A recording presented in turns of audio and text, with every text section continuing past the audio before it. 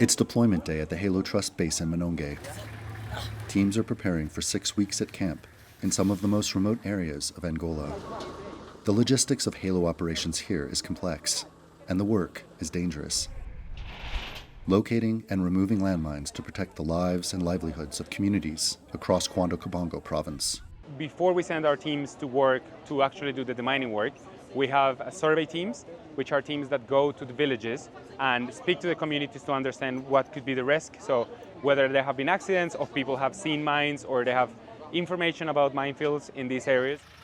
Armored cars move out of the compound, headed into the depths of a part of the country frozen in time. The villages tucked into this sprawling wilderness lack basic infrastructure. No electricity, no running water. People grow and cook their own food, and are often forced to travel by foot to wash and bathe in the rivers and tributaries that support this pristine ecosystem.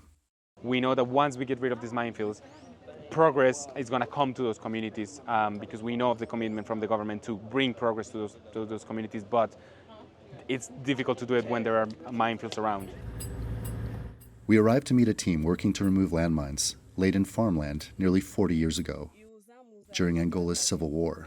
Os problemas que estamos a enfrentar nesta tarefa the problems that we are finding in this task é a contaminação, está muito alta. is the high level of contamination. We prepare to head in.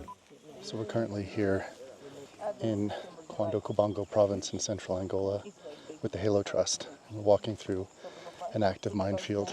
As you can see, we're walking quite slowly because there are sticks and stubs and they don't want anyone to trip and set off a landmine. To date, the Halo Trust has removed more than 124,000 landmines across Angola. Landmines are, of course, a vestige of this country's bloody civil war.